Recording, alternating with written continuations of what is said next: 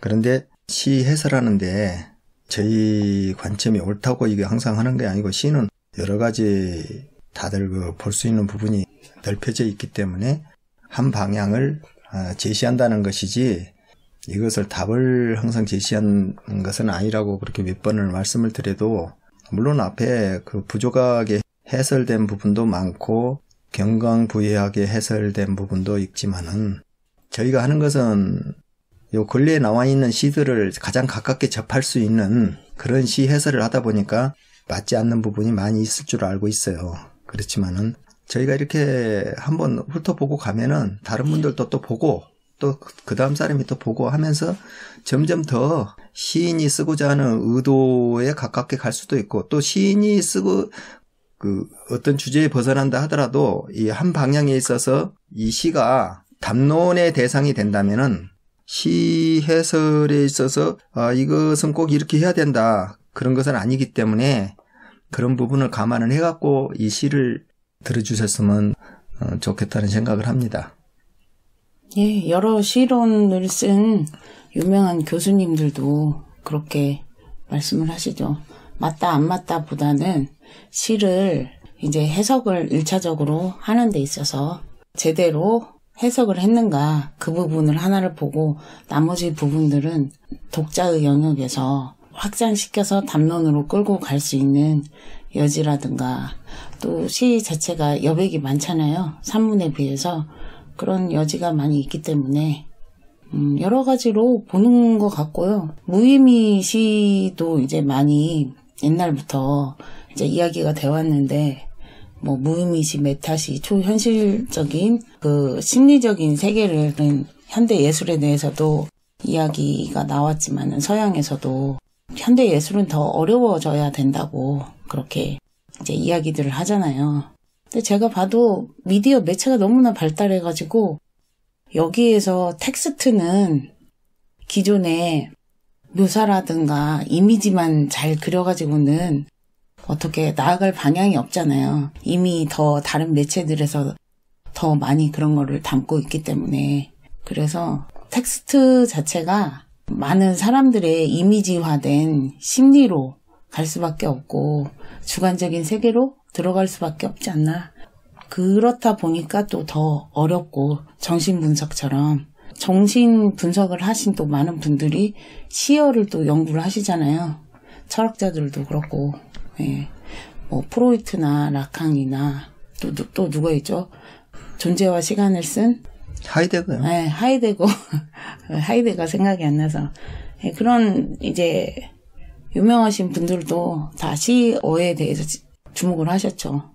그래서 지금 그 시가 시인의 의도하고 가깝게 해석됐냐 안 됐냐 하는 그 작가 중심의 관점은 시 해석은 허질하네요. 텍스트 중심으로 할 수밖에 없는 것이 이게 그 시인한테 내 그것을 물어볼 수도 없는 거고 돌아가신 분에게 이거 이런 의도 있었습니까 하고 그게 맞게끔 해석한다는 것도 맞지도 않고요. 왜냐하면 시대와 세월에 따라서 많은 시간이 흘러도 살아남을 수 있는 시가 가장 좋은 시인데 그것이 어떤 보편성을 가지느냐 아니면은 인간이 갖고 있는 어느 원형적인 것을 거기에 대한 상징을 끄집어냈느냐 이런 것하고 연관이 돼 있기 때문에 그 시인의 의도를 거기다가 그 대입을 해서 시를 분석하고 해석하다 보면 오히려 더 축소가 되고 시인의 그게 맞게끔 돼가지고 독자하고 많이 괴리가 될 수가 있기 때문에 앞으로 그 시 해설이라는 것은 텍스트 분석 위주로 갈 수밖에 없을 거다. 그래서 그것은 이미 폐기된 지가 오래됐다고 봐요. 작가 위주는. 그리고 시인들이 모르는 채 쓴다고 봐요. 시론에서는. 그 예술이 나오는 그 기저에서 보면은 시인들도 모르고서 쓰는 경우가 많다. 그 무드에 들어가서. 그렇게 시론을 펼친 분들이 한두 분이 아니에요. 네, 그래서 그 작가 중심이 아닌 텍스트 위주와 담론 위주로서 시를 해설한다는 말을 제가 몇 번째 이야기를 했는데 왜 이거하고 맞지 않나 이런 말씀을 자꾸 하시는 분들이 있으시는데 그런 부분은 독자분이 그런 생각을 갖고 계시면은 그런 쪽으로 그 해석을 하시고 여기에 해설한 부분에 대해서는 그냥 이렇게도 해설을 했구나 그렇게만 그냥 받아들여 주셨으면 좋겠어요. 왜냐하면은 그런 말씀을 자꾸 하다 보면은 독자가 요구한다고 저희가 그렇게 할 수는 없는 거거든요. 왜냐하면 제가 하고 있는 관점과 또 독자가 하고 있는 관점은 독자가 하시면 되는 것이지 이것을 어떤 해답을 구하는 것이 절대 아니라고 지금 몇 번째 지금 말씀을 했기 때문에 그걸 시를 이렇게 했냐고.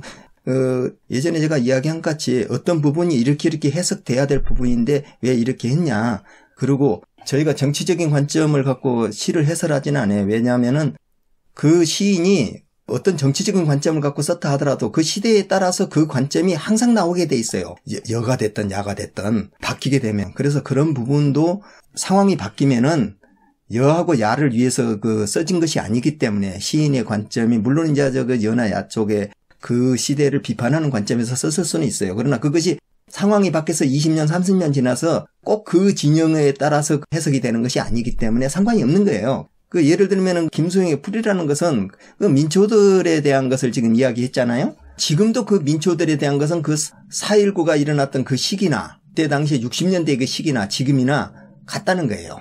똑같은 관점에서 그 해석이 가능하기 때문에 그런 부분으로 해서 시대를 초월해서 그걸 봐야 되는 것이지 그 시대에 맞게끔만 해석한다고 되는 것은 아니기 때문에 그런 부분을 참고를 해서 들어주셨으면 고맙다는 말씀을 드립니다. 그에 대한 이야기는 여기까지 하고요. 예. 우엉차는 우는 사람에게 좋다. 계속 이것만 하게 되네요. 다른 것도 할 거잖아요. 해놓은 것도 있고.